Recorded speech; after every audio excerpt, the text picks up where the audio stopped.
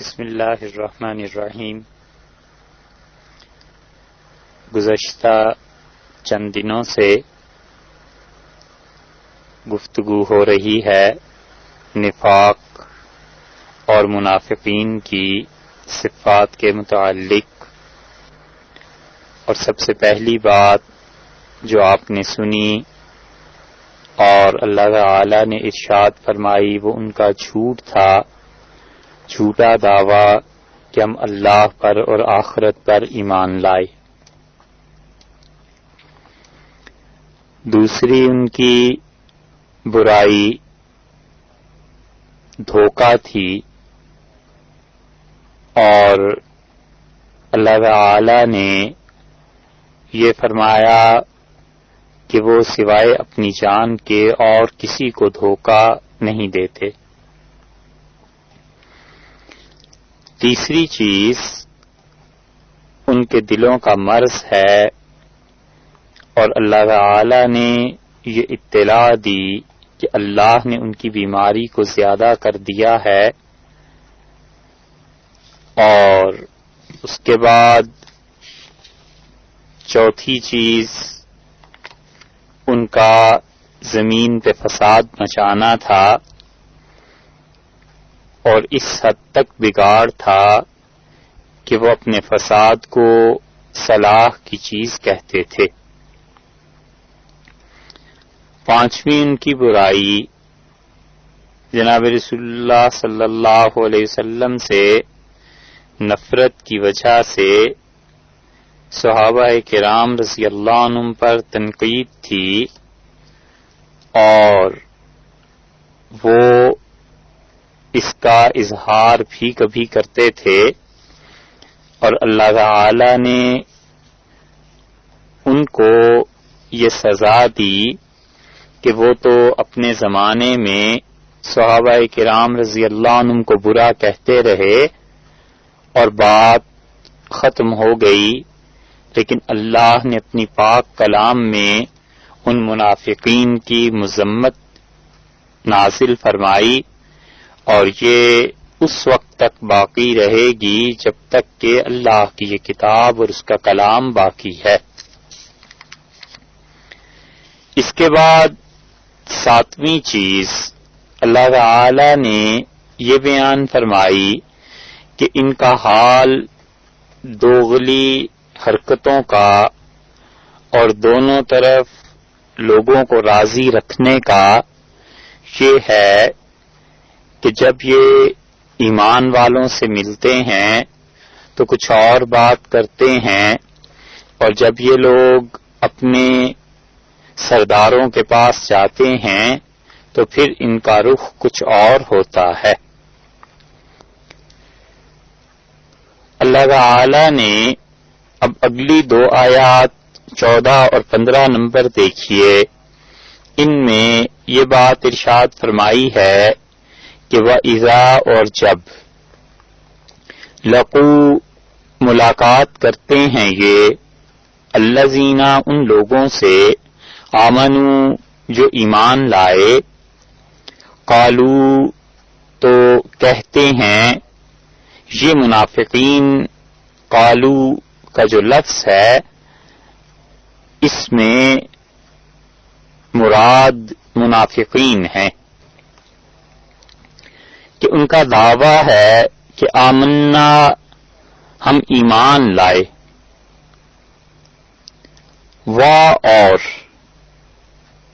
اذا جب خلو تنہا ہوتے ہیں الی شیاطینہم اپنے شیطانوں کے ساتھ، قالو تو یہی منافقین کہتے ہیں، انا بلا شک و شبہ یقیناً ہم معکم ساتھ ہیں آپ کے تمہارے، انما بلا شک و شبہ ہم تو نحن ہم مستہزئون صرف مذاق کرتے تھے، مذاق اڑاتے تھے۔ اللہ تعالی یستہزئ مذاق اڑاتا ہے بہم ان کا، ویمد اور ان کو وہ ڈھیل دے رہا ہے ہم ان کو، فی میں طغیانہم ان کی سرکشی میں، یعمہون اور اندھے ہو رہے ہیں۔ وَإِذَا لَقُوا الَّذِينَ آمَنُوا اور جب یہ ملاقات کرتے ہیں ان لوگوں سے جو ایمان والے ہیں، قالوا آمنا کہتے ہیں کہ ہم ایمان لائے۔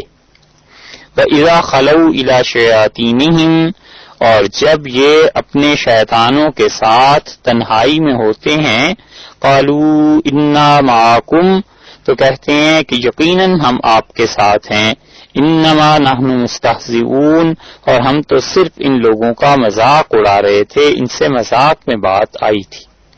اللہ یستہزئ بہم اور اللہ ان کو ان کے مذاق کی، ان کے نفاق کی سزا دے رہا ہے، اللہ ان کا مذاق اڑا رہا ہے۔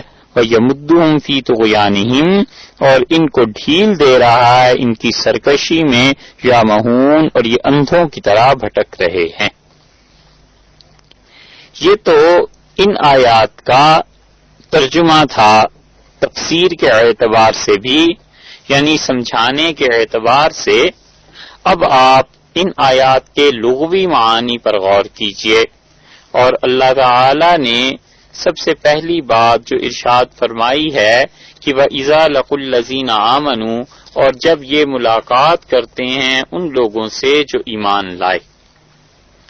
نیا لفظ جو اس میں آیا ہے وہ لقو کا ہے۔ لقو کا مطلب وہ ملاقات کرتے ہیں، ملتے ہیں، اور یہ لفظ جو ہے لقیہ سے بنا ہے، اور لقیہ یلقاہ لقاءً کے معنی کسی کے سامنے آنے اور اسے پا لینے کے ہیں۔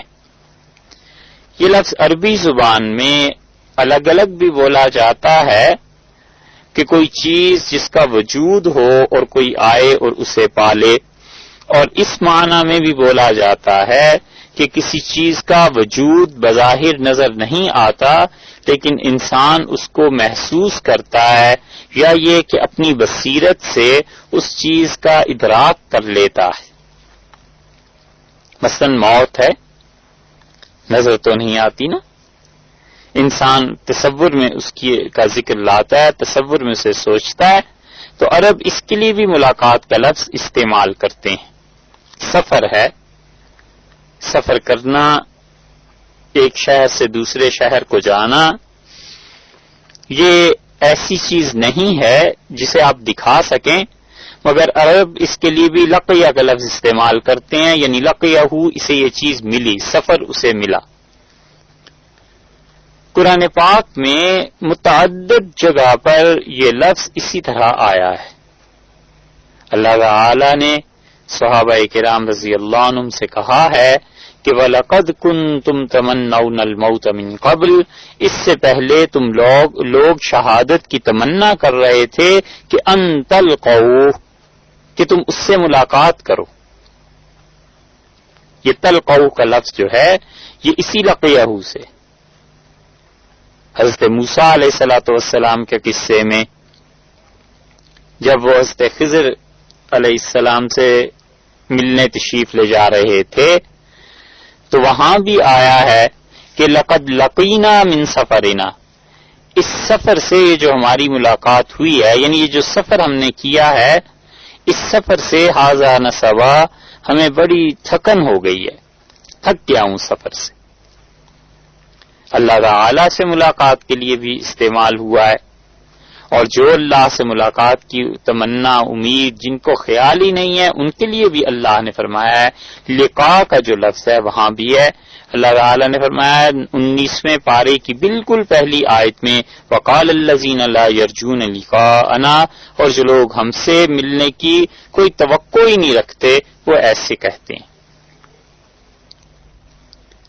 تو یہ تمام چیزیں وہ ہیں جن چیزوں کو دیکھ نہیں سکتے ہم، تو وہ ایک چیز ہوئی، اور وہ چیزیں جنہیں ہم دیکھ سکتے ہیں، جن سے ملاقات ہو سکتی ہے، ان کے لیے بھی اللہ تعالی نے ایسے الفاظ ارشاد فرمائے ہیں۔ تلقاہ، کسی چیز کو پا لینا، اس کے سامنے آنا، اللہ تعالی نے فرمایا وَتَتَلَقَّاهُمُ الْمَلَائِكَةُ، اور اللہ کے فرشتے ان کو لینے کے لیے آئیں گے۔ وَإِنَّكَ، اور اے ہمارے نبی صلی اللہ علیہ وسلم، لَتُلَقَّى الْقُرْآنَ، آپ قرآن سے ملاقات کرتے ہیں، یعنی قرآن آپ کو عطا کیا جاتا ہے، قرآن آپ پہ نازل کیا جاتا ہے۔ تو یہاں جو لقاء ہے وہ نزول کے معنی میں ہے کہ قرآن اللہ آپ پر نازل فرماتے ہیں۔ اسی طرح اور متعدد جگہوں پہ یہ لفظ ایسے ہی اللہ تعالی نے استعمال فرمایا ہے۔ وہی کے متعلق یہ لفظ آیا ہے اِنَّا سَنُلْقِي عَلَيْكَ قَوْلًا ثَقِيلًا، اور ہم انقریب آپ پر سنلقی بھیجنے والے ہیں، ڈالنے والے ہیں، یعنی مراد یہ کہ آپ کی ملاقات ہونے والی ہے قولاً ثقیلا، بہت بھاری ایک چیز ہے، یعنی خدا کی وحی یہ آپ کی طرف آئے گی، آپ کی اس سے ملاقات ہوگی۔ تو اللہ تعالی نے اس لیے اس لقاء کے لفظ کو اس طرح بھی استعمال کیا ہے کہ جو چیزیں سامنے آئیں، یا وہ چیزیں جن کا ادراک انسان محض اپنے حواس سے کر سکتا ہے اور ان کا ظاہر میں وجود نہیں ہوتا۔ اب دیکھیے اس آیت کریمہ کو، اللہ تعالی نے فرمایا وَإِذَا لَقُوا الَّذِينَ آمَنُوا، اور جب وہ ملاقات کرتے ہیں ان لوگوں سے جو ایمان لے آئے، تو اس کا مطلب یہ ہوا کہ صحابہ کرام رضی اللہ عنہم سے یہ جب ان لوگوں کی ملاقات ہوتی ہے، اللہ تعالی نے الذین آمنوا جن لوگوں کو کہا ہے کہ صحابہ کرام رضی اللہ عنہم ہی تو تھے، اور کون تھا؟ سب سے پہلے اس آیت کے مخاطب صحابہ کرام رضی اللہ عنہم تھے نا، تو اس سے معلوم ہوا کہ ان لوگوں کا ایمان اللہ کے ہاں قبولیت کا ہے۔ اسی لیے تو اللہ نے فرمایا ہے کہ جو لوگ ایمان لائے، جب یہ لوگ ان سے ملاقات کرتے ہیں قالو، تو یہ کیا کہتے ہیں؟ قالو آمنا، کہتے ہیں کہ ہم ایمان لائے۔ جن جن چیزوں پہ آپ کا ایمان ہے ہم اس پہ ایمان لائے۔ اور پھر اللہ تعالی نے کیا فرمایا؟ اللہ فرماتے ہیں وَإِذَا، اور جب خلو الی شیاطینہم، تنہائی میں ہوتے ہیں اپنے شیطانوں کے پاس۔ تو یہاں پر نیا لفظ اللہ تعالی نے استعمال فرمایا کہ خلو، جب ہوتے ہیں تنہا اپنے شیطانوں کے پاس، تو پھر کہتے ہیں کہ ہم تمہارے ساتھ ہیں۔ یہ خلو کا جو لفظ ہے خلا سے بنا ہے، اور خلا عربی زبان میں ایسی جگہ کو کہتے ہیں جہاں کوئی عمارت وغیرہ کوئی چیز نہ ہو، اور خلا اس زمانے کے لیے بھی استعمال ہوتا ہے جو زمانہ گزر گیا ہو، کیونکہ اب اس میں مزید کوئی چیز آ نہیں سکتی۔ تو خلا زمان جگہ زمانے کا گزر جانا۔ اللہ تعالی نے دونوں طرح سے قرآن پاک میں اس لفظ کو استعمال فرمایا ہے، زمانے کے متعلق بھی اور جگہ کے متعلق بھی۔ مثلاً ایک جگہ پہ فرمایا ہے اللہ تعالی نے کہ وما محمد الا رسول، اور محمد صلی اللہ علیہ وسلم نئے رسول ہیں، قد خلت من قبلہ الرسل، ان سے پہلے خلت گزر چکے۔ یہ خلا کا لفظ ہے نا، زمانے کے لیے نا، یعنی ان سے پہلے زمانے میں اللہ تعالی کے پیغمبر علیہ الصلوۃ والسلام یہ سب حضرات گزر چکے، تو خلا کا لفظ زمانے کے لیے استعمال ہوا۔ تلک امت قد خلت، وہ ایک جماعت تھی قد خلت جو کہ گزر چکی۔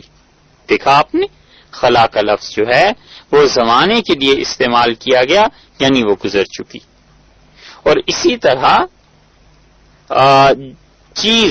کسی چیز کے لیے بھی استعمال ہوتا ہے۔ حضرت یوسف علیہ الصلوۃ والسلام کے بھائیوں نے جو مشورہ کیا تو انہوں نے کہا یخلو لکم وجہ ابیکم، تمہارے والد کا چہرہ تمہارے لیے یخلو خالی ہو جائے گا. مراد کیا تھی؟ یعنی والد صاحب کا چہرہ، والد صاحب کی توجہ خاص تمہاری طرف لگ جائے گی.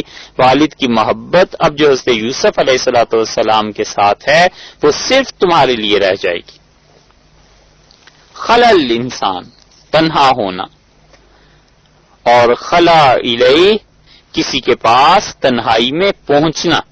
خلا کے بعد جب الہ کا لفظ استعمال ہوتا ہے تو اس کے معنی پھر یہی کرتے ہیں کہ تنہائی میں کسی کے پاس پہنچنا.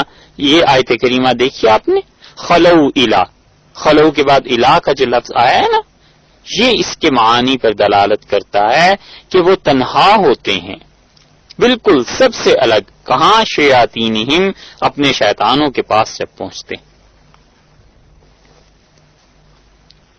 اسی طرح کسی جگہ کو خالی کر دینا اس معنی میں بھی آتا ہے. الغرض جتنے الفاظ بھی خلا میں پائے جاتے ہیں، خلا کے لفظ جس میں بھی آتا ہے خا، لام اور واو، اس میں بنیادی طور پر چھوڑ دینے کے معنی میں، الگ ہو جانے کے معنی میں، تنہائی کے معنی میں آتا ہے. قرآن پاک میں آیا ہے فخلوا سبیلہم، ان کی راہ کو چھوڑ دو، یعنی خالی کر دو. امرأۃ خلیۃ، ایسی عورت جس کو طلاق ہو جائے. خلیہ کشتی کو بھی کہتے ہیں نا، وہ کشتی جو ملاحوں سے بے نیاز ہو جائے اور ہوا کے جھونکوں سے چل رہی ہو، اس کے لیے بھی استعمال ہوتا ہے. اور اسی طرح خلا، خشک گھاس جو ہے اس کو بھی کہتے ہیں، کیونکہ خشک گھاس اب وہ کیا ہے، وہ کاٹ دی جائے گی، الگ کر دی جائے گی زمین سے. تو ایک ہی لفظ میں تنہائی کے معنی کتنے پائے گئے. تو اس آیت کریمہ میں بات ہوئی وَإِذَا خَلَوْا إِلَىٰ شَيَاطِينِهِمْ، اور جب یہ کیا ہوتے ہیں؟ تنہا ہوتے ہیں اپنے شیطانوں کے ساتھ. اللہ تعالی نے یہاں پر منافقین کو یا منافقین کے دوستوں کو یا ان کے سرداروں کو سب کو شیطان کے لفظ سے ارشاد فرمایا ہے. اس لیے جو حق کی مخالفت کرتا ہے اور جو اللہ کے دین کا دشمن ہے، اللہ تعالی نے ایسے ہی لوگوں کو شیطان کہا ہے. اور کسی کو کہہ دیجئے تو کہتے ہیں صاحب بہت سخت زبان آپ بولتے ہیں. سختی اور نرمی کا کوئی معیار اگر اللہ کے ہاں نہیں ہے تو پھر ٹھیک ہے، اور اگر خدا کے ہاں کوئی معیار ہے تو اللہ تعالی نے دین کے مخالفین کو اور وحی کے مخالفین کو، ان منافقین کو کیا فرمایا ہے؟ یہاں آپ دیکھ لیجئے، اللہ تعالی نے صاف فرما دیا ہے کہ جب یہ اپنے شیطانوں کے پاس تنہائی میں ہوتے ہیں، قالو تو کہتے ہیں انا معکم، ہم کیا ہیں؟ ہم تمہارے ساتھ ہیں. ایک اور نیا لفظ آیا نا، معیت، ساتھ ہونا. مع کا لفظ جو ہے وہ خود بتاتا ہے کہ جمع ہونا، ساتھ ہونا. کبھی کبھی کسی جگہ پر کسی کا ساتھ ہونا مکان کے اعتبار سے یہ بھی بولا ہے، اللہ تعالی نے ارشاد فرمایا ہے. اور کبھی کبھی کسی زمانے میں دونوں کا پایا جانا، یہ بھی اللہ تعالی نے ارشاد فرمایا ہے. اور کبھی کبھی رتبہ، شرف، عزت، ان میں دو بھائی، دو آدمی برابر ہوں، اس کے لیے بھی ماں کا لفظ ارشاد فرمایا ہے. اور کبھی ماں کا لفظ جو ہے بنیادی طور پر یہ نصرت کو چاہتا ہے، مدد کو چاہتا ہے، یعنی جو جس کے ساتھ ہوگا اس کی مدد کرے گا نا، یا اس کی مخالفت کچھ تو ہوگی. لیکن اللہ تعالی نے جو ارشاد فرمایا ہے ماں ساتھ، اس کو عرب بنیادی طور پہ اچھے معنی میں زیادہ استعمال کرتے تھے. یعنی کسی کا ساتھ ہونا مراد کیا؟ اس کی مدد کے لیے ساتھ ہونا. اس لیے آپ دیکھیے کہ معیت جب شخصیات کی ہو، جب ان کی ہو جو جن کا وجود پایا جاتا ہے، تو یہ بھی اللہ تعالی نے استعمال فرمایا ہے نا. مثلا اللہ نے فرمایا لا تحزن ان اللہ معنا. اور آیت کریمہ یہ ہے کہ اللہ نے فرمایا اگر تم آج ہمارے نبی صلی اللہ علیہ وسلم کی مدد نہیں کرو گے فقد نصرہ اللہ، تو اللہ اس ہستی کی اس وقت مدد کر چکا ہے اذ ہما فی الغار، جب یہ دونوں غار میں تھے. اور جب رسول اللہ صلی اللہ علیہ وسلم نے فرمایا اپنے ساتھی سے، اذ یقول لصاحبہ، جب وہ اپنے صحابی سے کہہ رہے تھے، یہ قرآن پاک میں حضرت ابوبکر رضی اللہ عنہ واحد آدمی ہیں جن کے لیے اللہ نے یہ لفظ استعمال فرمایا ہے کہ وہ صحابی ہیں رسول اللہ صلی اللہ علیہ وسلم کے. اسی لیے فقہا نے لکھا ہے کہ حضرت ابوبکر رضی اللہ عنہ کی صحابیت کا انکار کفر ہے، کیونکہ قرآن کے اس حرف کا انکار لازم آتا ہے. وہ کیا فرما رہے تھے کہ لا تحزن ان اللہ معنا، غم نہ کر، اللہ ہمارے ساتھ ہے.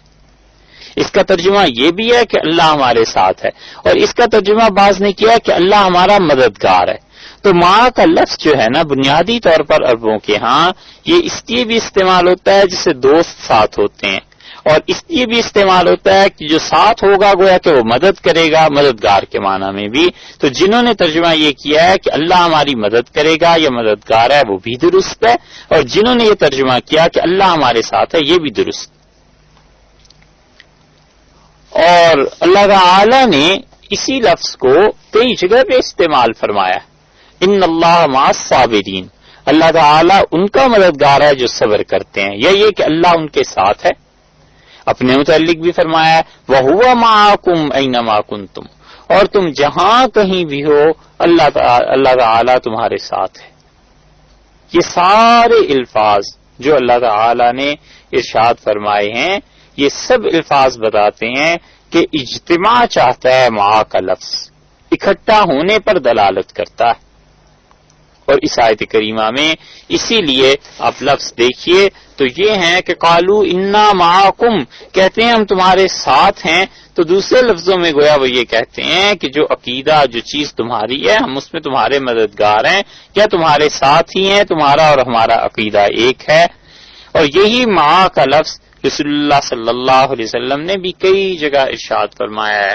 رجل اما، عبداللہ ابن مسعود رضی اللہ عنہ کی روایت میں آیا ہے رسول اللہ صلی اللہ علیہ وسلم نے فرمایا لا تکونوا اما نہ بننا کبھی بھی. اور پھر آپ نے فرمایا کہ یہ ایسا شخص ہے کبھی ایسے نہ بننا جو یہ کہتا ہے کہ لوگ ہمارے ساتھ برائی کریں گے ہم بھی برائی کریں گے، کوئی ہمارے ساتھ اچھائی کرے گا ہم بھی اچھائی کریں گے. اور جاہلیت کے دور میں بات اس سے بھی بڑھی ہوئی تھی. وہ عربوں کا ایک شاعر ہے، وہ کہتا ہے کہ اگر لوگ ہمارے ساتھ اچھے رہیں تو ہم اچھے ہیں، اور اگر لوگ ہمارے ساتھ برائی کریں گے تو ہم سے بڑا برائی کرنے والا پھر دنیا میں پیدا بھی کوئی نہیں ہوا. یہ تہذیب اور یہ وہاں کے طور طریقے تھے نا. تو رسول اللہ صلی اللہ علیہ وسلم نے اس سے بھی کم ڈگری کی بات فرما دی. آپ نے فرمایا یہ نہ کہو کہ جو ہمارے ساتھ اچھا ہے ہم اچھے ہوں گے، جو برا ہے تو اس کے ساتھ برے ہوں گے، بلکہ تم یہ کہا کرو کہ جو ہمارے ساتھ اچھا ہے ہم اس کے ساتھ اچھے ہیں، اور جو ہمارے ساتھ برائی کرے گا ہم اس کے ساتھ بھی اچھائی کریں گے. وہاں یہ لفظ آیا ہے کہ اما لا تکونوا اما، یہ نہ کہا کرو کہ ہم لوگوں کے ساتھ ایسے ہی ہیں جیسے وہ ہیں، بلکہ یہ کہو کہ جو برا ہے ہم اس کے ساتھ بھی اچھے ہیں. قالوا انا معکم، کہتے ہیں کیا یہ منافقین اپنے شیطانوں سے جا کر کہ ہم تمہارے ساتھ ہیں. انما نحنو، اور انا کا لفظ جو ہے اس کا مطلب کئی مرتبہ گزرا، یعنی بلا شک و شبہ بات یہ ہے کہ نحنو ہم مستہزئون، استہزاء کرتے ہیں. استہزاء کا لفظ اردو میں بھی استعمال ہوتا ہے نا، یہاں یہ نیا لفظ آیا ہے. اللہ تعالیٰ نے فرمایا ہے کہ وہ کیا کہتے ہیں کہ استہزاء کا آسان لفظوں میں ترجمہ یوں سمجھ لیجئے کہ کسی کا مذاق اڑانا یا مذاق کرنا کسی سے، یہ اس معنی میں آتا ہے. اور قرآن پاک میں متعدد جگہ پہ اللہ تعالیٰ نے منافقین کے لیے یہ لفظ ارشاد فرمایا ہے. اصل میں یہ لفظ بنا ہے ہزا سے، اور ہزو کے معنی کسی کے مذاق اڑانے کے یا مذاق کی گفتگو کرنا جان بوجھ کے، ارادتاً، قصداً مذاق اڑانا. ایک ہے کہ غلطی سے کوئی بات ایسی کسی نے کہہ دی تو چلیے وہ تو ایک بات ہوئی کہ اس نے بھول کے ایسی بات کہہ دی تو اس کو کہیں گے کہ چلو جس سے غلطی ہو گئی. ایک ہے جان بوجھ کے ایسے. اللہ تعالی نے اسی لیے فرمایا ہے کہ ہماری کتاب کو ان چیزوں کو اتخذوا حضوا ولعبا، یہ لوگ اس کے مذاق اڑاتے ہیں اور انہوں نے ہنسی اور کھیل بنا لیا میرے کلام کو. ایک جگہ ارشاد فرمایا وَإِذَا عَلِمَ مِنْ آيَاتِنَا شَيْئًا، اور کوئی ایسا بدبخت بھی ہے کہ اسے ذرا سی ہماری آیات ہمارے کلام کا علم آ جائے تو وہ کیا کرتا ہے؟ ان کی ہنسی اڑاتا ہے. بہت سے ایسے مل جائیں گے مستشرقین خاص طور پہ کہ اللہ تعالیٰ کے کلام میں ذرا سا کوئی علم آ جائے تو وہ ہنسی اڑاتے ہیں. اور اللہ نے سختی سے تنبیہ فرمائی ہے اس بات پر کہ اللہ اپنی آیات کا علم کسی کو دے دے تو اسے خدا سے ڈرنا چاہیے اور کبھی بھی ان چیزوں کو کھیل اور ہنسی مذاق میں نہ اڑائے. منافقین کی یہی حالت، یہی لفظ اللہ تعالی نے آگے چل کے سورہ توبہ میں بھی بیان فرمایا ہے کہ قل اب اللہ وآیاتہ. جب رسول اللہ صلی اللہ علیہ وسلم نے منافقین سے پوچھا نا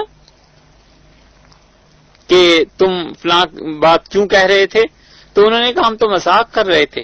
اللہ نے فرمایا قل اب اللہ وآیاتہ ورسولہ، ان سے پوچھئے کہ کیا اللہ کے ساتھ، اس کے کلام کے ساتھ اور اس کے رسول صلی اللہ علیہ وسلم کے ساتھ تم تھے کیا تستہزئون، اس کا مذاق اڑانے والے؟ کیا یہ چیزیں ہیں جن کو مذاق میں اڑا دے انسان؟ یہ ویسی ہی بات ہے جیسے شیخ سعدی رحمت اللہ علیہ نے ایک جگہ کہی نا کہ بازی بریش بابا بازی، بچے کا کھیلنا اور باپ کی داڑھی کے ساتھ کھیلنے لگ جانا یعنی بہت ہی بری بات ہے. کھیل کے لیے کھلونے چاہیے، باپ کی داڑھی تھوڑے ہی اس کام کے لیے. تو جو مذاق ہے وہ اللہ کے ساتھ علیہ باللہ، اس کی آیات کے ساتھ، اس کے رسول علیہ الصلوۃ والسلام کے ساتھ. اور یہ بھی ایک جگہ اللہ نے فرمایا، اسی لفظ کو استعمال کیا ہے. اللہ تعالیٰ نے فرمایا وَحَاقَ بِهِم مَّا كَانُوا بِهِ يَسْتَهْزِئُونَ، اور چمٹ جائے گی وہ چیز ان کے ساتھ، کون سی؟ یستہزئون، جس کا یہ مذاق اڑاتے تھے نا وہ چمٹ جائے گی. یعنی عذاب کا مذاق اڑاتے تھے کہ خدا کیا عذاب ہمیں دے گا. علیہ باللہ رسول اللہ صلی اللہ علیہ وسلم نے بتلایا کہ 19 فرشتے جہنم میں ایسے ہوں گے ایک جگہ پہ. تو ایک کافر نے کہا کہ ہم کتنے یہ بیٹے ہیں میرے؟ 9 تو ہیں. تو 2 تو ایک میرا بیٹا 2 فرشتوں سے نپٹ لے گا، ایک رہ گیا تو چلو ایک کو میں مار دوں گا. تو یہ مذاق کی باتیں علیہ باللہ اس طرح کرتے تھے. اس لیے اللہ تعالی نے یہاں پر یہ لفظ کہا ہے کہ یستہزئون مستہزئون. انہوں نے کہا ہم تو صرف مذاق اڑاتے ہیں، مذاق کرتے ہیں. اللہ تعالی نے آپ دیکھیے انہی الفاظ میں ان کو جواب دیا ہے، اللہ یستہزئ بہم، اللہ ان کو مذاق کی سزا دے رہا ہے. یہ تو تفسیر ہو گئی نا. ترجمہ کیا بنے گا کہ اللہ ان کا مذاق اڑاتا ہے. اب اللہ تعالی کا مذاق اڑانا اور ان کا مذاق اڑانا دونوں میں یقیناً فرق ہے. لیکن عربی زبان میں کبھی کبھی جو جرم ہوتا ہے نا، جب اس کی سزا ملتی ہے تو اس کے لیے بھی وہی لفظ استعمال کرتے ہیں. مثلا اللہ تعالی نے فرمایا کہ برائی کا بدلہ یہ ہے کہ اتنی ہی برائی کی جائے. جزاء سیئۃ، حل یہ ہے کہ اتنی برائی. تو جب کوئی آدمی برائی کے مقابلے میں انتقام مناسب طریقے پہ لیتا ہے تو وہ تو انصاف ہے، عدل ہے، وہ کوئی برائی تھوڑا ہی ہے. اس نے رحمت نہیں کی، عدل سے کام لے لیا، یہی کیا نا، بجائے معاف کرنے کے اس نے برابر کا بدلہ لے لیا. لیکن عربوں کے ہاں ایسے بولتے ہیں. جیسے دیکھیے وَمَكَرُوا مَكْرًا، اور انہوں نے ایک چال چلی، وَمَكَرْنَا مَكْرًا، اور اللہ تعالیٰ نے فرمایا ہم نے بھی چال چلی. لیکن اللہ کی چال علیہ باللہ وہ ایسی تو نہیں ہے جسے انسان دوسروں کو دھوکہ دیتے ہیں. ہم ترجمہ اگرچہ یہ کرتے ہیں کہ اللہ نے تدبیر کی اس کی، مگر یہ کہ الفاظ عربی کے اعتبار سے وہ دونوں یکساں معنی میں، دونوں یعنی لغوی اعتبار سے یکساں آتے ہیں، اور اس کی پہلے بھی تشریح کی جا چکی ہے. اللہ تعالی نے یہاں جو فرمایا ہے کہ اللہ یستہزئ بہم، اللہ ان کو ان کے مذاق کی سزا دے رہا ہے، مراد یہ ہے اور لفظی ترجمہ ہوگا تو پھر یہ ہوگا کہ اللہ تعالیٰ ان کا مذاق اڑاتا ہے. اب اللہ کا مذاق اڑانا کیا ہے یہ تو آ جائے گی بات تشریح میں تفسیر میں، لیکن فرمایا وَيَمُدُّهُمْ، اور اللہ انہیں ڈھیل دے رہا ہے. یہ لفظ ہے نیا. اور مد کے اصل معنی عربی زبان میں کھینچنے کے، لمبائی کے آتے ہیں. کسی چیز کو لمبائی میں کھینچنا، بڑھا دینا. اسی لیے اردو میں یہ جو مدت کا لفظ استعمال کرتے ہیں نا ہم، تو مدت کا مطلب بھی اصل میں یہی ہے کہ کتنی یہ مدت ہے، یعنی کتنا اس بات کو بڑھایا جا سکتا ہے، زمانے کو کتنا بڑھایا جا سکتا ہے، کتنی مدت آپ دیتے ہیں، یعنی کتنی مہلت دیتے ہیں. اور بھی اردو میں استعمال ہوتا ہے مد و جزر، مد النہر. آدھا گھنٹہ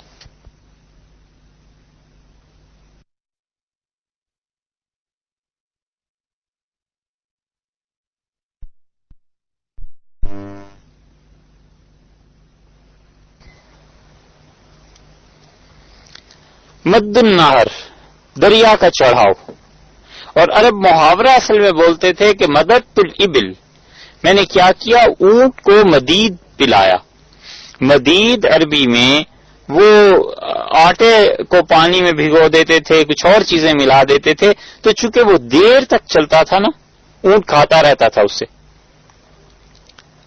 تو اس اعتبار سے وہ اس کو کہتے تھے، یعنی اس میں وقت گزر جاتا تھا، لمبائی میں، اس کو کھینچنے میں، وقت گزارنے میں. تو اللہ تعالیٰ نے یہاں پر یہ لفظ استعمال فرمایا ہے کہ وہ یہ مدّوہم، اور اللہ تعالیٰ انہیں کیا کرتا ہے، ڈھیل دے رہا ہے. قرآن پاک میں اصل میں بھی یہ لفظ استعمال کیا گیا ہے، یعنی مدہ کا مطلب دراز کرنا، کھینچنا کسی چیز کو لمبائی میں. تو وہاں آیا ہے جہاں اللہ نے فرمایا ہے الم تر الی ربک کیف مد الظل، تم نے کبھی غور کیا ہے، کبھی یہ سوچا ہے کہ تمہارا پروردگار سائے کو کس طرح بڑا کر دیتا ہے، دراز کر دیتا ہے، کھینچ دیتا ہے سائے کو. سائے صبح کے وقت کم ہوتے چلے جاتے ہیں نا، حتیٰ کہ عین جب دوپہر ہوتی ہے تو سائے اپنی اصلی صورت میں آ جاتے ہیں، پھر وہ سائے بڑھنا شروع ہوتے ہیں. تو اللہ نے فرمایا الم تر الی ربک کیف مد الظل، تم نے کبھی غور کیا ہے کہ تمہارا پروردگار کیسے سائے کو دراز کر دیتا ہے، بڑھا دیتا ہے. اسی سے مدد کا لفظ بھی ہے. اور اللہ تعالی نے قرآن پاک میں فرمایا وَأَمْدَدْنَاهُمْ، اور ہم نے ان کی مدد کی. مدد جب پہنچتی ہے تو پھر جو انسان کی حالت ہے وہ دیر تک چلتی ہے نا. گناہ میں کوئی مدد کرے تو گناہ دیر تک ہو سکتا ہے، نیکی میں مدد کرے تو نیکی دیر تک چل سکتی ہے. اللہ تعالی نے فرمایا وَأَمْدَدْنَاهُمْ بِفَاكِهَةٍ، اور ہم ان کو عطا کریں گے، مدد کریں گے. مراد تو ہے اصل کے عطا کریں گے. اس سے بھی واضح چیز ایک اور جگہ آئی ہے. اللہ نے فرمایا اَيَحْسَبُونَ أَنَّمَا نُمِدُّهُمْ بِهِ، کیا لوگ یہ خیال کرتے ہیں کہ من مال و بنین، جس کو ہم نے زیادہ مال دیا ہے اور زیادہ بیٹے دے دیے ہیں، ہم نے اس کے ساتھ کوئی اچھائی کی ہے، اس کی مدد کی ہے. لوگوں کا یہ خیال ہے کہ جس کے بیٹے اور مال ہم نے زیادہ دے دیا تو خدا نے اس کی کوئی مدد کی، اس کے ساتھ کوئی اچھائی کی. آگے فرمایا ہرگز نہیں، انہیں پتہ نہیں ہے کہ ان کے ساتھ کیا ہونے والا ہے. مراد یہ کہ بیٹے اور مال اور ان چیزوں کے نشے میں مست ہو جاتے ہیں اور پھر خدا کی پکڑ اور اس کی گرفت آ جاتی ہے. یمددکم ربکم بخمسۃ آلاف، اللہ نے فرمایا اور ہم 5000 فرشتے بھیج کر تمہاری مدد کریں گے. سورہ آل عمران میں آیا. تو مدد وہاں اصلی معنی میں استعمال ہوا ہے، کسی چیز کو کھینچنا، کسی چیز کو دیر تک مہلت دینا. تو یہاں پر اللہ تعالی نے فرمایا ہے کہ یمدہم، اور اللہ انہیں ڈھیل دے رہا ہے، انہیں کھینچ رہا ہے، یعنی انہیں مہلت دے رہا ہے. کس چیز میں؟ فی طغیانہم، ان کی سرکشی میں. یہ طغیان اور سرکشی یہ لفظ بھی نیا ہے اور اللہ تعالی نے کئی جگہ پر اس کو استعمال فرمایا ہے. اصل میں یہ لفظ بنا ہے طغو سے. طغو تو اور طغی تو اس کے معنی سرکشی کرنے کے، کسی چیز کا حد سے بڑھ جانا. کسی چیز کا اپنے کناروں سے نکل جانا. اسی لیے قرآن پاک میں ایک جگہ آیا ہے نا فرعون کے متعلق کہ انہو طغا. اللہ نے فرمایا حضرت موسیٰ علیہ الصلوۃ والسلام سے کہ فرعون جو ہے نا انہو طغا، وہ حد سے گزر گیا ہے، حد سے بڑھ گیا ہے. اس کا ظلم جو اللہ کی مخلوق پہ ہے وہ. ایک جگہ یہی لفظ دیکھیے دوسری جگہ استعمال کیا ہے ان الانسان لیطغی، اور انسان یقیناً حد سے بڑھ جاتا ہے الراہ استغنا، جب وہ بے نیاز ہوتا ہے. جب مال دولت عہدہ یہ سب چیزیں پاس آ جاتی ہیں نا تو کسی کا محتاج تھوڑا ہی رہتا ہے. تو وہ اللہ نے فرمایا وہ یقیناً سرکش ہو جاتا ہے. اگر اللہ کا خوف ساتھ ان چیزوں کے شامل نہ ہو تو انسان سرکشی کی راہ اختیار کر لیتا ہے.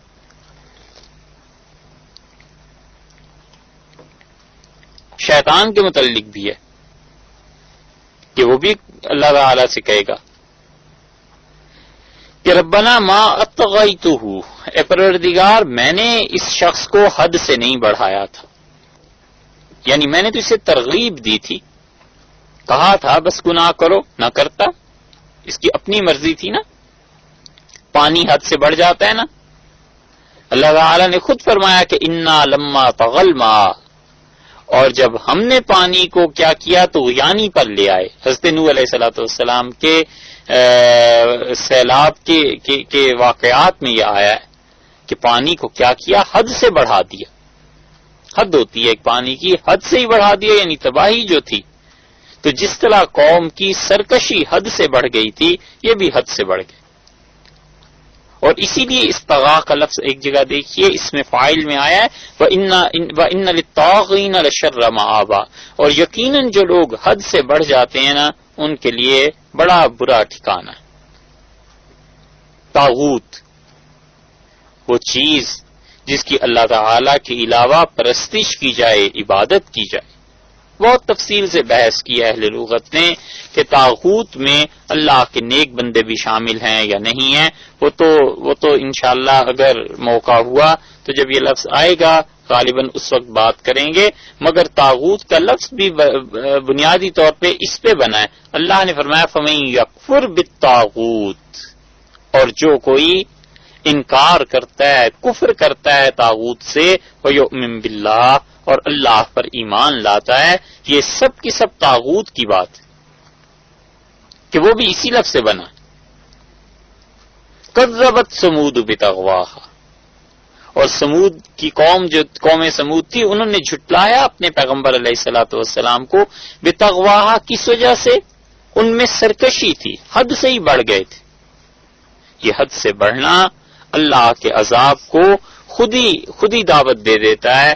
اور جو حد سے بڑھ جاتا ہے پھر عقل والے صرف چپ کر کے انتظار کرتے ہیں کہ اب دیکھو کس دن اس کا مالک اس کو پکڑ لے گا.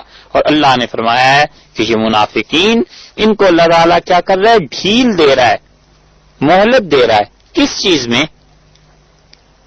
کس بات میں خدا مہلت دے رہا ہے؟ طغیانہم، ان کی سرکشی میں، ان کے حد سے بڑھے ہوئے جو حرکتیں ہیں نا خدا نے انہیں ڈھیل دے دی ہے، چھوڑ دیا انہیں. اور پھر اللہ کی چھوڑ دینے کے بعد ان کا حال کیا ہو گیا؟ اللہ نے فرمایا یا مہون، بھٹک رہے ہیں. دوسرا ترجمہ یہ کیا گیا کہ عمیہ، اندھے ہو گئے ہیں.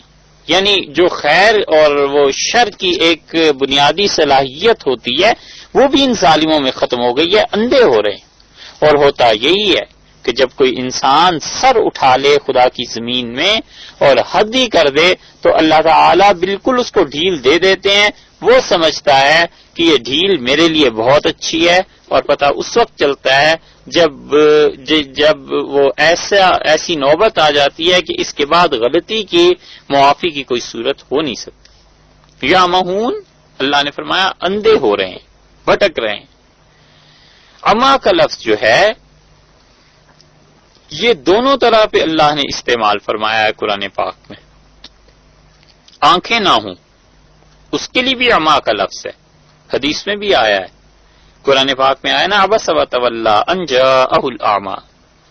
نبی کریم صلی اللہ علیہ وسلم کے متعلق کہ پیشانی مبارک پہ شکنیں آ گئیں. ان جاءہ الاعمی، جب ان کے پاس ایک نابینا آدمی آیا. تو اعمی سے مراد آنکھوں کا نہ ہونا.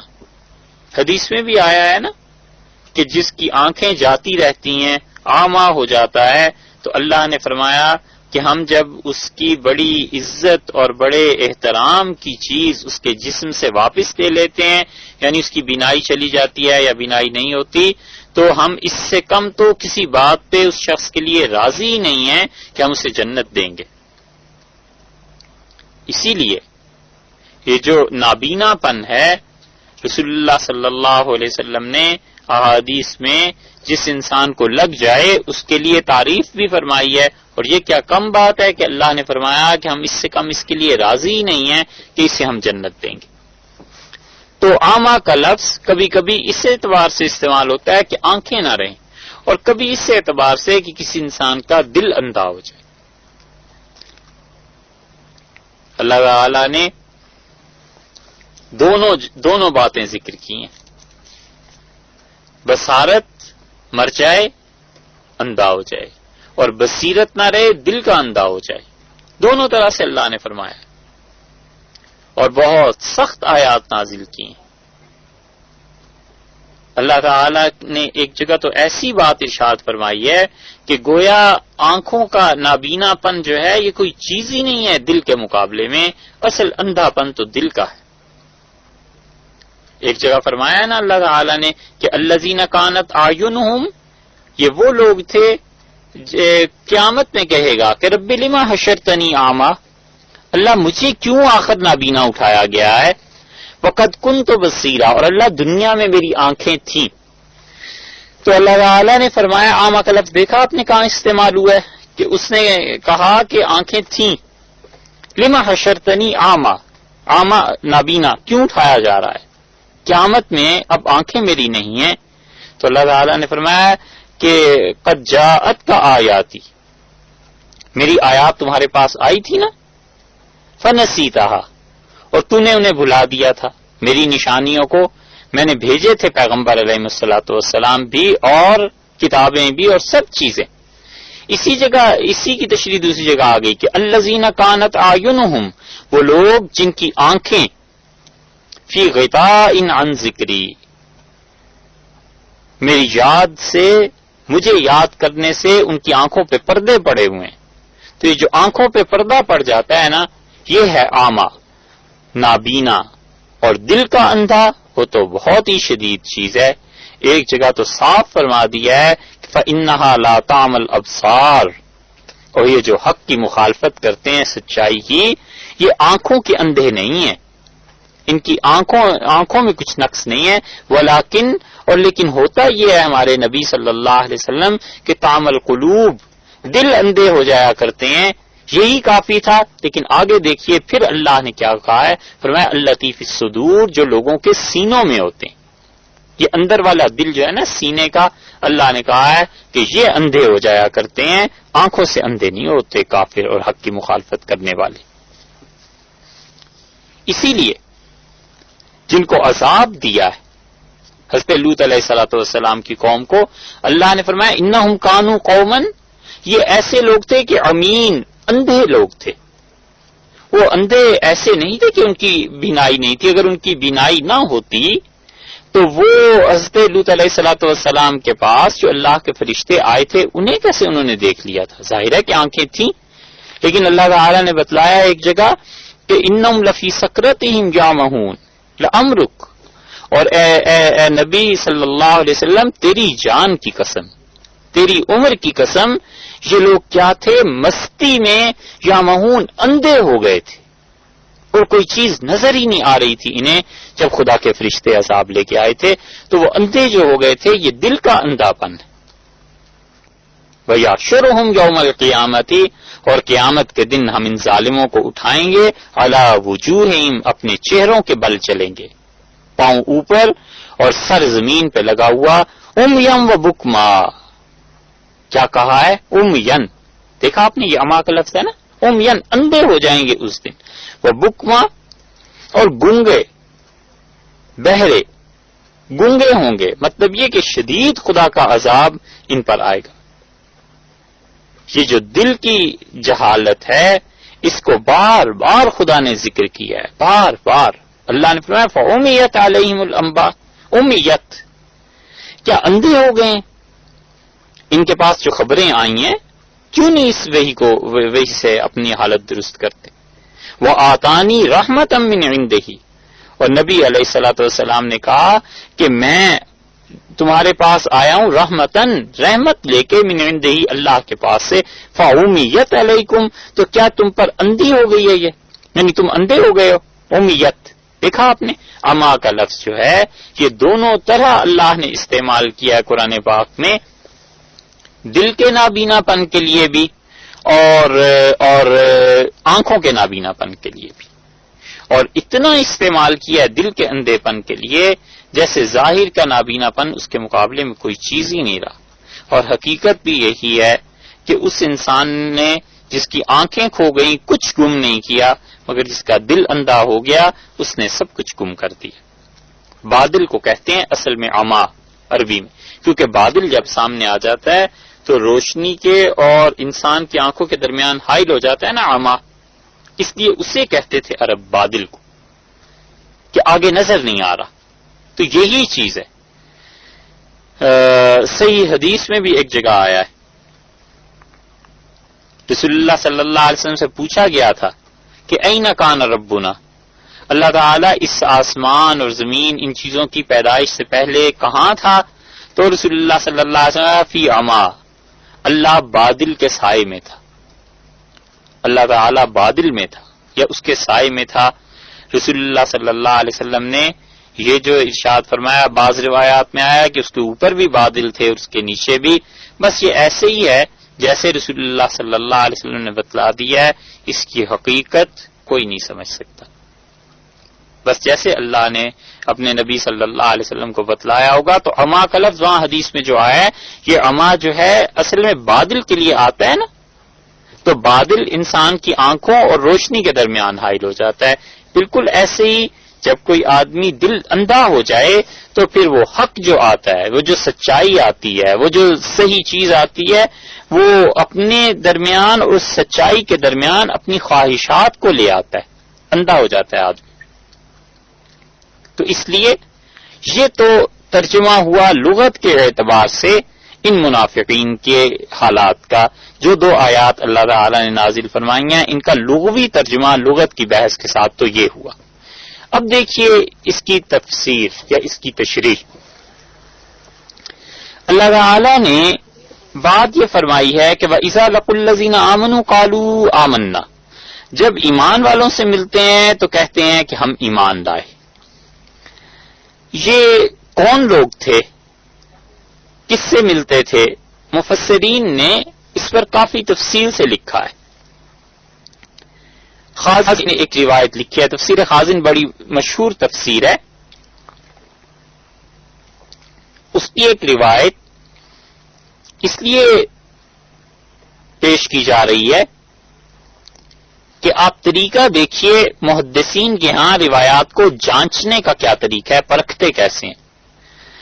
خازن رحمت اللہ علیہ کہتے ہیں کہ عبداللہ ابن ابی اور اس کے جو منافق ساتھی تھے انہوں نے دیکھا کہ صحابہ کرام رضی اللہ عنہم سامنے سے آ رہے ہیں۔ یہ اس روایت کا ہم خلاصہ بیان کر رہے ہیں، بالکل ایک ایک لفظ وہاں کا نہیں ہے، مگر جو لفظ وہاں کا ہے وہ ہم عرض کرتے ہیں آپ سے۔ تو اس نے اپنی دوستوں سے کہا کہ جو چند آدمی آ رہے ہیں نا، یہ محمد صلی اللہ علیہ وسلم کے بڑے قریبی لوگ ہیں، تم دیکھو میں انہیں کیسے بے وقوف بناتا ہوں، علیہ باللہ۔ اور اس نے حضرت ابوبکر رضی اللہ عنہ کا ہاتھ پکڑ لیا اور اس نے کہا حضرت آپ تو اپنی قوم کے سردار ہیں اور غار میں رسول اللہ صلی اللہ علیہ وسلم کے ساتھ رہے ہیں، اور آپ نے تو اپنی جان مال اللہ کے رسول علیہ الصلوۃ والسلام کے لیے اللہ کے لیے خرچ کر دیا، آپ کے تو کیا کہنے۔ پھر حضرت عمر رضی اللہ عنہ کا ہاتھ پکڑا اور اس نے کہا کہ حضرت آپ تو بنو عدی کے سردار ہیں، آپ تو کفر اور اسلام میں فرق کرنے والے ہیں، اور اللہ نے اس دین کو آپ ہی کے ذریعے تو قوت دی ہے، اور اپنی جان مال سب خدا کی راہ میں آپ نے لگا دیا، آپ کے تو کیا کہنے۔ یہ ہے خوشامد۔ اور یہ ہے حق بات نہ کہنا، الیاذ باللہ، یعنی دل میں کچھ ظاہر میں کچھ. جو کہہ رہا تھا حضرت ابوبکر حضرت عمر رضی اللہ عنہما تو اس سے بھی بڑے تھے، لیکن وہ جو کچھ کہہ رہا تھا نا وہ اپنی طرف سے بنا رہا تھا، الیاذ باللہ، کوئی حق نہیں کہہ رہا تھا. پھر اس نے حضرت علی رضی اللہ عنہ کا ہاتھ پکڑا اور کہا رسول اللہ صلی اللہ علیہ وسلم کے آپ چچا زاد ہیں اور حضرت صلی اللہ علیہ وسلم کے داماد ہیں اور بنو ہاشم کے آقا ہیں آپ سوائے رسول اللہ صلی اللہ علیہ وسلم کے، کہ ان کے تو آقا نہیں باقی سب کے آقا ہیں. ان الفاظ پہ آپ غور کیجئے کہ اس نے حضرت علی رضی اللہ عنہ کا ہاتھ پکڑا اور کہا آپ رسول اللہ صلی اللہ علیہ وسلم کے چچا زاد ہیں، ان کے داماد ہیں اور سوائے رسول اللہ صلی اللہ علیہ وسلم کے بنو ہاشم جتنے ہاشمیوں کے آپ آقا ہیں، سردار ہیں. حضرت علی رضی اللہ عنہ نے اس سے کہا کہ ابی اللہ سے ڈر اور یہ منافقت نہ کر. اس نے کہا حضرت کوئی نفاق نہیں، میں جو باتیں آپ سے کہہ رہا ہوں سچے دل سے کہہ رہا ہوں. اور پھر یہ حضرات تشریف لے گئے اور یہ پلٹا اور اس نے اپنے ساتھیوں سے کہا کہ دیکھا تم نے میں نے کیسے ان لوگوں کو پھیر دیا، یہ آتے بیٹھتے ایمان کی کوئی بات کرتے، تم نے دیکھا میں نے کیسے انہیں چلتا کیا. اور ان حضرات نے واپس آ کے رسول اللہ صلی اللہ علیہ وسلم سے یہ بات عرض کی تو حضرت صلی اللہ علیہ وسلم پر یہ آیت نازل ہوئی. یہ خازن میں لکھا ہے. اس روایت کو دیکھیے، اب یہ بظاہر بالکل ٹھیک ہے، اس میں کوئی ایسی چیز بظاہر نظر نہیں آتی کہ جس پر کوئی اعتراض کیا جا سکے، لیکن محدثین پرکھتے کیسے ہیں روایات کو، یہ ہے سوچنے کی بات اور سننے کی. حافظ ابن حجر رحمۃ اللہ علیہ اس حدیث کی سند پہ آئے ہیں اور وہ کہتے ہیں کہ جن لوگوں کا خیال یہ ہے کہ یہ واقعہ ہوا ہے اور ایسے ابن ابی نے یہ کہا ہے یہ چیزیں، وہ کہتے ہیں کہ سلسلۃ الذہب، یہ جتنے راوی ہیں یہ تو سونے کی زنجیر ہے، یعنی اتنے اچھے راوی ہیں، اتنی اچھی اس حدیث کی سند ہے کہ یہ سب کچھ ہوا تھا. ابن حجر رحمۃ اللہ علیہ کہتے ہیں کہ سلسلۃ الکذب، یہ جھوٹ کی سند ہے ساری. اور پھر انہوں نے جو اس پہ جرح کی ہے وہ ہے اصل بات سننے اور سمجھنے کی. انہوں نے کہا دیکھو اس حدیث میں لفظ یہ آ گئے ہیں کہ عبداللہ ابن ابی نے کہا کہ رسول اللہ صلی اللہ علیہ وسلم کے آپ داماد ہیں. حضرت علی رضی اللہ عنہ سے کہا نا، وہ کہتے ہیں ایک یہ لفظ آیا ہے اور دوسری طرف آپ دیکھیے کہ یہ آیات رسول اللہ صلی اللہ علیہ وسلم پر نازل ہوئی ہیں ہجرت کے فوراً بعد. تو ہجرت کے فوراً بعد جب سورہ بقرہ کی یہ آیات نازل ہوئی ہیں اس وقت تو حضرت علی رضی اللہ عنہ کی شادی ہوئی ہی نہیں تھی. تو عبداللہ ابن ابی یہ کہہ کیسے سکتا ہے کہ آپ رسول اللہ صلی اللہ علیہ وسلم کے داماد ہیں؟ وجہ یہ کہ حضرت فاطمہ رضی اللہ عنہ کا رشتہ بھی سرے سے بات ہی نہیں ہوئی تھی، کسی کے خیال میں بھی نہیں تھا کہ یہ رشتہ سیدنا علی رضی اللہ عنہ کے ساتھ ہو جائے گا. تو کہتے ہیں کہ اس حدیث کے جو لفظ ہیں نا اندر کے، یہ غور کرو تو خود پتہ چلتا ہے کہ یہ بات کسی نے بنائی ہے اور جھوٹ بولا ہے. حضرت علی اور حضرت عمر اور حضرت بکر رضی اللہ عنہ کی ملاقات اور یہ سارا قصہ پیش ہی نہیں آیا. عنایت القاضی علامہ خفاجی رحمت اللہ علیہ کی ایک شرح ہے بیضاوی پہ. بیضاوی ایک تفسیر تھی اور بیضاوی کی تفسیر سے ایسے ہی خیال میں آیا، کسی زمانے میں ضرورت پیش آئی کہ اس کے حواشی دیکھیں، اور مسلمانوں کو خیال نہیں ہے کہ ان کے آباء و اجداد نے اور اسلاف نے کتنا کام کیا تھا. اقبال نے جو کہا ہے نا کہ مگر وہ علم کے موتی کتابیں اپنے آبا کی، جو دیکھیں ان کو یورپ میں تو دل ہوتا ہے ایسی پارا. اقبال یورپ گھوم آئے تھے نا، انہوں نے دیکھا تھا کہ اپنے کابر کی اسلاف کی کتنی کتابیں پڑھی ہیں. تو ایک مرتبہ کسی وجہ سے ضرورت پیش آئی کہ بیضاوی پر اندلس اسپین کے علماء نے جو حواشی لکھے تھے، تو اسپین میں ہم نے دیکھا 120 سے زیادہ قلمی نسخے ابھی تک پڑے ہوئے ہیں جو بیضاوی ایک تفسیر تھی اس کی مزید تفسیر اور تشریح میں لکھے گئے ہیں اور آج تک وہ چھپے نہیں. ایسی ہزاروں کتابیں پڑھی ہیں اسپین میں، مصر میں، دمشق میں، یورپ میں، انگلینڈ میں، امریکہ میں، جو آج تک دنیا کے سامنے نہیں آئیں، اس لیے کہ مسلمانوں نے پڑھنا تھوڑا ہی ہے. اب تو انٹرنیٹ آ گیا اور آسان ہو گیا، پڑھنے سے اور جان چھٹ گئی. تعلیم کا میدان اس میں پیچھے چلے گئے. تو خفاجی رحمت اللہ علیہ نے بیضاوی پہ جو حاشیہ لکھا ہے عنایت القاضی کے نام سے، اس میں انہوں نے یہ ساری چیزیں لکھی ہیں کہ حافظ ابن حجر رحمت اللہ علیہ نے اس حدیث پر اس طرح بحث کیا، اور وہ کہتے ہیں یہ واقعہ پیش ہی نہیں آیا. اب آپ نے دیکھا کہ محدثین جب کسی حدیث کو، کس واقعے کو بیان کرتے ہیں یا لکھتے ہیں تو وہ کس دقت نظر سے دیکھتے ہیں کہ اس حدیث میں جو لفظ آئے ہیں یہ الفاظ کیا ہیں، راوی کیا ہیں. تو انہوں نے اس حدیث کے اندر سے ہی ایک جملہ لے لیا. انہوں نے کہا رسول اللہ صلی اللہ علیہ وسلم کے داماد تو اس وقت ہوئے ہی نہیں تھے، تو یہ کیسے صحیح ہو سکتا ہے؟ یہ ضرور قصہ کسی نے بعد میں گھڑ لیا. یہ ہے چیز ایک، یہ تو خیر علمی بات تھی. اب بات رہ گئی ہے کہ منافقین کیا صحابہ کرام رضی اللہ عنہ کے ساتھ ایسے پیش آتے تھے یا نہیں؟ یقیناً ایسے پیش آتے تھے. اللہ نے جو فرما دیا ہے کہ جب وہ ملاقات کرتے ہیں ان سے جو ایمان لائے تو ان سے کہتے ہیں کہ ہم ایمان لائے، اور جب تنہائی میں اپنے شیاطین کے پاس جاتے ہیں، یہ شیطان کون تھے؟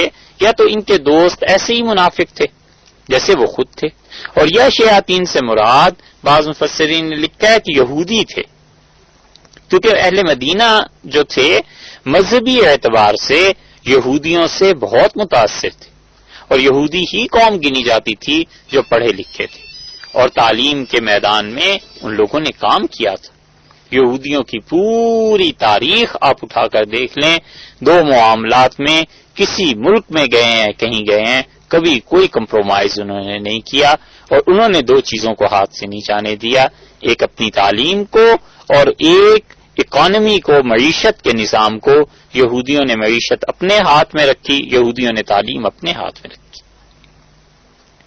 کسی ملک میں بھی گئے، اور مدینہ منورہ میں تو تھے ہی تھے. یہ اس لیے یہ اہل مدینہ سے عام طور پر کہتے تھے کہ آخری نبی صلی اللہ علیہ وسلم جب آئیں گے نا تو ہم ان کے ساتھ مل جائیں گے، تو تم تو شرک کرتے ہو تو ہم تم لوگوں کو مار دیں گے. اسی وجہ سے جب بیعت عقبہ ہوئی ہے تو نبی کریم صلی اللہ علیہ وسلم نے جب پیغام سنایا مکہ میں ان لوگوں کو جو حج کرنے کے لیے مدینہ منورہ سے آئے تھے، تو انہوں نے، حدیث میں آتا ہے، ان نوجوانوں نے ایک دوسرے کی طرف دیکھا اور انہوں نے کہا رے یہ وہی نبی تو نہیں ہے جن کی یہودی دھمکی ہمیں دیتے تھے، اور دیکھو ان پہ ایمان لے آؤ، قبل اس کے کہ یہود ایمان لے آئیں. تو معاشرے میں یہودیت کا اثر تھا اور ان کی بات کو مستند سمجھا جاتا تھا. تو اللہ تعالیٰ نے فرمایا وَإِذَا خَلَوْا إِلَىٰ شَيَاطِينِهِمْ، جب شیطانوں کے پاس جاتے ہیں، یعنی اپنے ان یہودی زعماء کے پاس جو انہیں اس قسم کی باتیں سکھاتے بھی تھے، تو ان سے یہ کہتے ہیں کہ اِنَّا مَعَكُمْ، ہم تمہارے ساتھ ہیں. یہ ہے وہ دو طرح کی باتیں کہ ادھر جا کے ان کے ساتھ اور ادھر آ کے ان کے ساتھ. اور یہی وہ چیز ہے جو حدیث میں آئی ہے. نبی کریم صلی اللہ علیہ وسلم نے فرمایا قیامت میں بدترین انسانوں میں سے ایک آدمی وہ ہوگا جو دو زبانیں رکھتا تھا دنیا میں، یعنی جدھر اس کا پلڑا بھاری ہوا بس ادھر کی حمایت کرتے. اب کوئی پوچھے کہ وہ جو تم مسلمانوں کو کہتے ہو کہ ایمان لائے اور تمہارے ساتھ ہیں، انما نحن مستہزئون، ہم کیا کرتے تھے؟ ہم تو صرف مذاق اڑاتے ہیں، مذاق کرتے ہیں.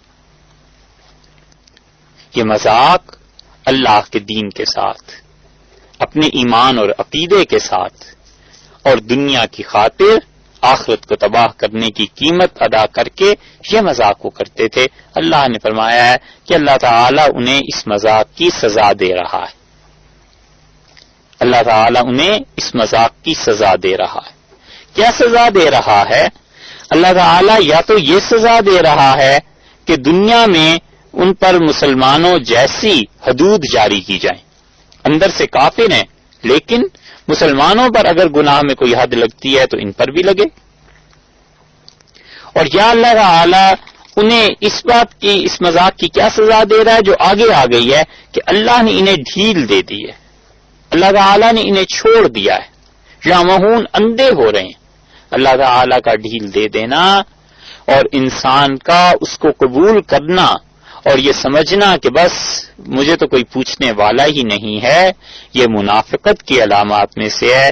یہ ایسے ہی ہے جیسے مچھلی بڑی خوشی سے کوئی چیز نگل جاتی ہے اور کچھ دیر کے بعد جب جھٹکا لگتا ہے نا تو پھر پتا چلتا ہے کہ ہو یہ تو کانٹا تھا۔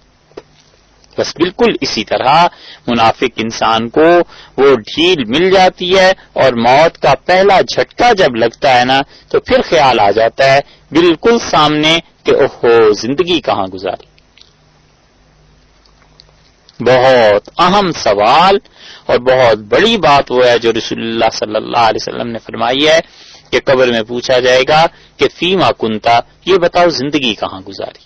بس اس سوال کا جواب اگر کسی کے پاس ہے تو وہ اتنا خوش نصیب ہے کہ صبح نہ ہونے دے اور شام کو مر جائے، اور شام کو جواب اگر نہیں، صبح جواب ہے تو شام ہونے سے پہلے مر جائے، اتنا خوش نصیب ہے۔